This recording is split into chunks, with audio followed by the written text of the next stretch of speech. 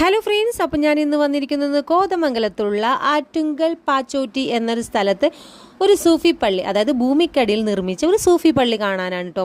ഞാനൊരു short video ഏതോ ഒരു യൂട്യൂബ് ചാനലിൽ കണ്ടതിൻ്റെ പിന്നാലെ ഓടിപ്പിടഞ്ഞ് വന്നതാണ് കേട്ടോ. ഈ ഒരു വീഡിയോ എടുക്കാമല്ലോ, നല്ല വീഡിയോ ആണല്ലോ, എല്ലാവരും എത്ര പേരിലേക്ക് എത്തിയിട്ടുണ്ടെന്നൊന്നും എനിക്കറിയില്ല ഈ പള്ളീനെ കുറിച്ചിട്ട്.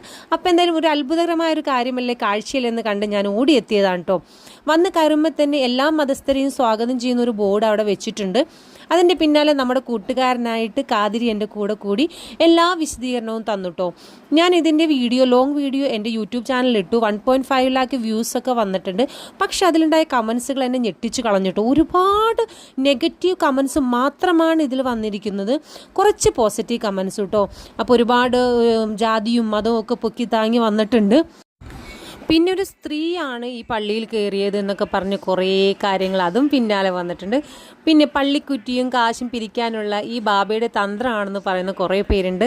എന്നാൽ എല്ലാവരും മനസ്സിലാക്കേണ്ട കാര്യം, ഒരു ഭണ്ഡാരമോ പള്ളിക്കുറ്റിയോ ഒന്നുമില്ലാത്ത ഒരു ചെറിയ പള്ളി ആർക്ക് വേണമെങ്കിലും വന്ന് സന്ദർശിക്കാം, വിശ്രമിക്കാം, ധ്യാനം ചെയ്യാം, എന്തും ചെയ്യാം.